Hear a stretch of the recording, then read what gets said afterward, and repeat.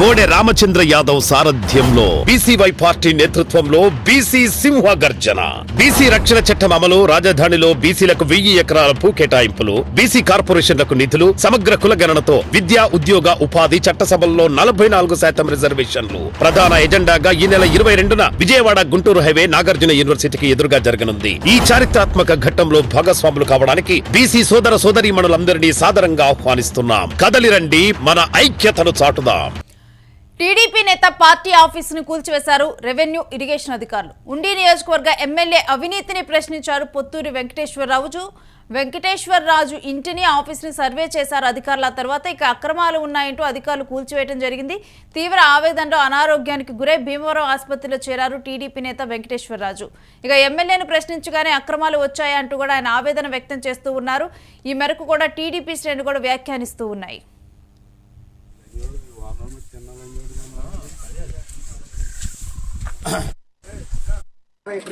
మీకేం రిజిస్ట్రేషన్ అయిందా? మీకు రిజిస్ట్రేషన్ అయిందా? ఇందులో మీ రిజిస్ట్రేషన్ మీ లిస్టులో ఉందా? మరి ఎందుకు తవ్వుతలేదు కాలం? మీ లిస్టులో ఉంటే కాలం ఎందుకు తవ్వుతలేదు? మరి రైతు వారి పోది అంతేనా? ఇరిగేషన్ ల్యాండ్ అయితే ఎక్కడ ల్యాండ్ మీద ఇరిగేషన్ ల్యాండ్ ఇక్కడ దాకా ఉందని మీకు ఏమన్నా ఉంది? ఇరిగేషన్లో ఇదన్నా కన్వర్ట్ అయింది ఇరిగేషన్కి? ఇది ఈ భూమి ఇరిగేషన్ కన్వర్ట్ అయిందండి? కాదు కాదు కాదు ఇరిగేషన్ ల్యాండ్ అయితే పట్టాలు ఎందుకు ఇచ్చారు? అక్కడ పట్టాలు ఎందుకు ఇచ్చారు? అక్కడ ఎందుకు ఇచ్చారు? ఇరిగేషన్ వీఆర్ఓ గారిని రమ్మనండి, వీఆర్ఓ గారిని రమ్మనండి చెప్పండి, సమాధానం చెప్పండి. మీరు సాయిరాజు గారా? నీటి సంఘం పేషెంట్ మీరు, ఈ నీటి సంఘానికి నీటి సంఘం పేషెంట్ అండి. ఇప్పుడు దీనికి సవ్యానం ఉందా అయ్యా? దీనికి ఏ జాంటివి రాదు కదా, రికార్డ్ చేయండి. దీనికి ఏ జాంటివి రాదు, దీనికి అసలు ఇది సంబంధం లేదు. ఇది అసలు ఇరిగేషన్లో అబ్బాయిరాజు గారు పెట్టినా సరే అవ్వలేదండి. ఇది అబ్బాయిరాజు గారు అప్పుడు ఇరిగేషన్లో జాయిన్ చేయమని మేము ఇచ్చేస్తే ఇరిగేషన్లో అవ్వలేదు. ఓన్లీ బోధి, ఇది ఓన్లీ బోధి అండి, కాలువ కాదండి ఇది. అర్థమైందండి? నంబర్ 5కి ఎక్కడ స్టార్టింగ్? ఎక్కడ స్టార్టింగ్? పైన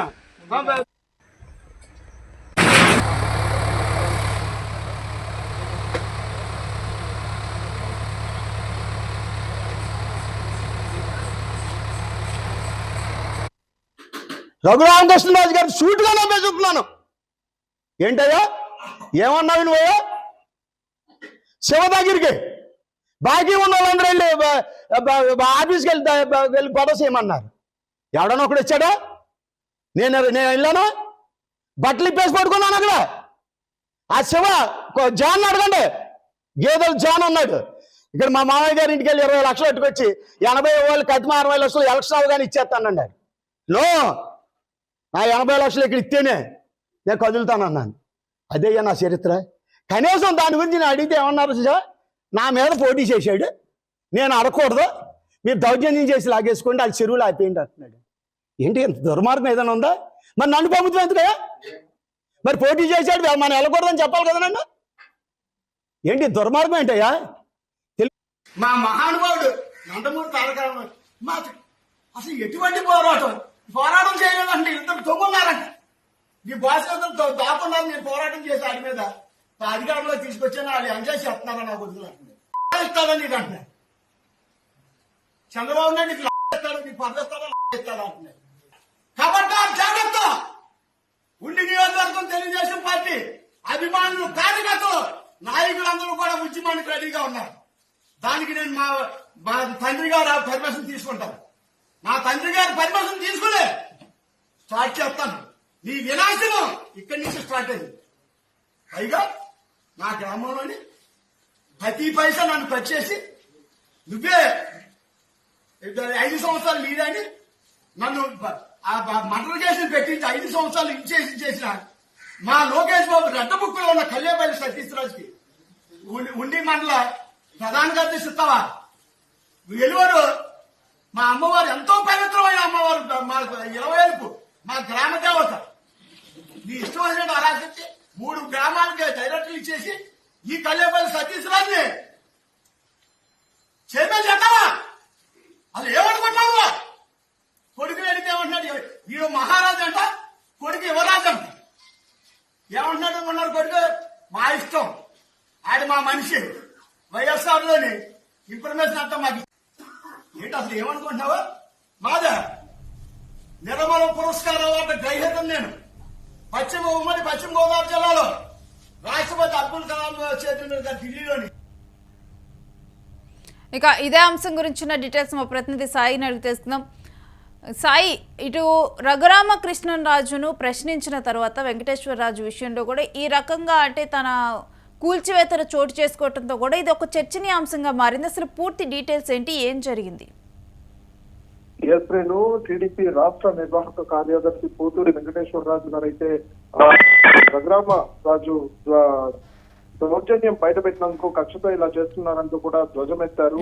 అధికారులతో చెప్పి తన ఇల్లు కార్యాలయాన్ని మొత్తం కూడా కూల్చివేస్తున్నారంటూ కూడా ఆగ్రహం వ్యక్తం చేశారు.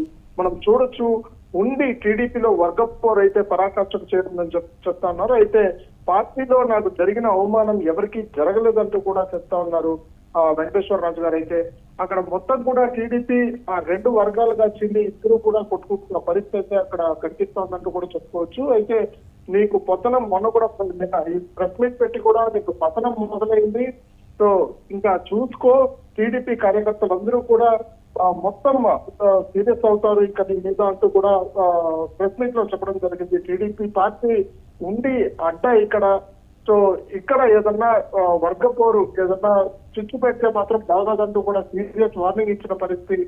అదేవిధంగా ప్రెస్ మీట్ లో అన్నగారి ఫోటో, ఎన్టీ రామారావు గారి ఫోటో పెట్టి ఆయన మీద ప్రామిస్ చేసి కూడా ఇది టీడీపీ పార్టీలో ఎప్పటి నుంచో పనిచేస్తానని, నాకు జరిగిన అవమానం ఇంకా ఎవరికీ జరగలేదంటూ కూడా చెప్పుకొచ్చిన పరిస్థితి అక్కడ కనబడతా ఉంది. అయితే తీవ్ర ఆవేదనకు వ్యక్తమయ్యారు. బీఆర్ఓని రమ్మనండి, అదేవిధంగా నోటీసులు ఇవ్వండి, అదేవిధంగా ప్రూఫ్లు అన్ని కూడా కలెక్ట్ చేసి ఇవ్వండి, అప్పుడు నేను స్పందిస్తానంటూ కూడా చెప్పుకొచ్చారు. అయితే అక్కడ ఏ నోటీసు ఇవ్వకుండా ఎలా ఇచ్చేస్తారంటూ కూడా ఆయన సీరియస్ అయిన పరిస్థితి అక్కడ కనబడుతుంది. అయితే ఇక్కడ పర్మిషన్స్ ఇప్పటికే ఇవ్వటం జరిగింది. పర్మిషన్స్ ఇచ్చిన తర్వాత ఇప్పుడు ఇది ఇరిగేషన్ ల్యాండ్ అంటూ కూడా ఎందుకు దీన్ని కూల్చివేస్తున్నారంటూ ఆయన క్వశ్చన్ చేసినటువంటి ఒక నేపథ్యాన్ని మనం చూసాము. ఈ నోటీసుల విషయంలో కానీ అసలు ముందుగా ఆ ల్యాండ్ ఇరిగేషన్ ల్యాండ్ అని నమోదు అవటం జరిగింది, అది తనకి సంబంధించిన ల్యాండా లేకపోతే వేరే వాళ్ళ దగ్గర నుంచి కొనుగోలు చేశారా? ఇటువంటి వివరాలు ఏమైనా తెలియజేయటం జరిగిందా? అంటే వెంకటేశ్వరరాజు గారు అయితే క్లియర్ గా చెప్తా ఉన్నారు. అధికారులు వచ్చి క్లియర్ గా అక్కడ ఇచ్చేస్తా ఉంటే, కూల్చివేస్తా ఉంటే అక్కడ క్లియర్ గా పట్టాలు ఎందుకు ఇచ్చారు, బీఆర్ఓలు రమ్మని చెప్పండి అంటూ కూడా చెప్తా ఉండే పరిస్థితి అక్కడ కనబడతా ఉంది. అయితే అక్కడ ఇరిగేషన్ ల్యాండ్ కి సంబంధించి పట్టాలు ముందు మేము కొనుగోలు చేసిన పట్టాలు ఎందుకు ఇచ్చారు, మీ దగ్గర ఏదైనా ఆధారాలు ఉంటే తీసుకురండి సో అంటూ కూడా అధికారులు క్లియర్ గా స్పష్టం చేసిన పరిస్థితి అక్కడ కనబడతా ఉంది. అయితే అధికారులు కూడా ఏమీ చెప్పలేని పరిస్థితి. అయితే మాకు పైనుంచి ఆదేశాలు వస్తాయి, ఇది ఇరిగేషన్ ల్యాండ్ కి సంబంధించిందంటూ కూడా అధికారులు చెప్తా ఉండే పరిస్థితి రేణు. అయితే మొత్తం కూడా అక్కడ వర్గపోరు, ఇదైతే టీడీపీ పార్టీలోనే రెండు వర్గాలుగా చేరి రఘురామకృష్ణరాజు మీద, అదేవిధంగా పోతూరి రాజు గారికి ఇద్దరికి జరుగుతున్నాయి. సో కక్ష సాధింపుతోనే ఇదంతా చేస్తా ఉన్నారంటూ కూడా ప్రెస్ మీట్లు పెట్టి కూడా చెప్పడం జరిగింది రేణు. అయితే ఇప్పుడు ఆయన ఆరోగ్య పరిస్థితి కూడా బాగోలేనట్లు, ఈ ఘటన తర్వాత కూడా ఆయన పూర్తిగా కూడా ఇప్పుడు హాస్పిటల్లో జాయిన్ అయినట్లు తెలుస్తుంది. దీని గురించిన అప్డేట్ ఏంటి? గత వారంగా ఆయనకి ఆరోగ్య పరిస్థితి కూడా బాగాలేదంటూ కూడా చెప్తా ఉన్నారు. అయితే అక్కడ మనం విజువల్ లో చూసుకోవచ్చు, పూర్తిగా ఆయన నడుముకి కూడా బెల్ట్ వేసుకున్న పరిస్థితి అక్కడ కనబడతా ఉంది. అయితే ఇది జరిగిన తర్వాత కూడా ఆయన హాస్పిటల్ పాలయ్యారంటూ కూడా అక్కడ ప్రజలు చెప్తా ఉండే పరిస్థితి కనబడతా ఉంది.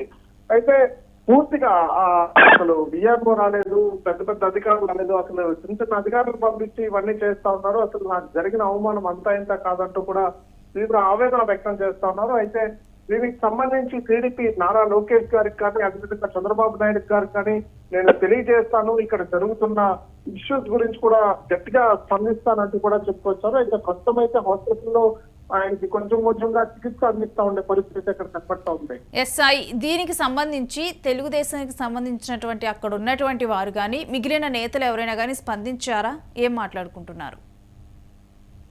అంటే స్పందించారు అంటే రఘురామకృష్ణరాజు కూడా ఒక వీడియో రిలీజ్ చేయడం జరిగింది. టీడీపీ అంటే ఐక్యమత్యంగా ఉండాలి, టీడీపీలో ఇలాంటివి జరగకూడదు, వర్గపోర్లు ఏంటి అని కూడా ఒక వీడియో రిలీజ్ చేయడం జరిగింది. సో దానికి సంబంధించి ఆపోజిట్ పోతూరి వెంకటేశ్వరరాజు గారు కూడా ఒక ప్రెస్ మీట్ పెట్టి వీడియో రిలీజ్ చేయడం జరిగింది. మేమంతా ఐక్యమత్యంగానే ఉన్నాము, మీరు కరెక్ట్ గా ఉండండి, మా మీద కక్ష సాధింపు చర్యలు చేయకండి అంటూ కూడా చెప్పుకొచ్చారు. అయితే వెంకటేశ్వర రాజు గారు సైడ్ నుంచి ఆ పార్టీ నేతలు అయితే ఆగ్రహం వ్యక్తం చేస్తున్న పరిస్థితి అయితే అక్కడ కనబడతా ఉంది. అయితే రఘురామ్ కృష్ణరాజు సైడ్ నుంచి అయితే ఎటువంటి కార్యకర్తల దగ్గర నుంచి కానీ స్పందన రాలేదు. ఈయన ఒకరే స్పందిస్తా ఉంటే పరిస్థితి కనబడుతోంది. రైట్, స్టే విత్ సాయి, మీ దగ్గర నుంచి మరిన్ని అప్డేట్స్ తీసుకుంటాం.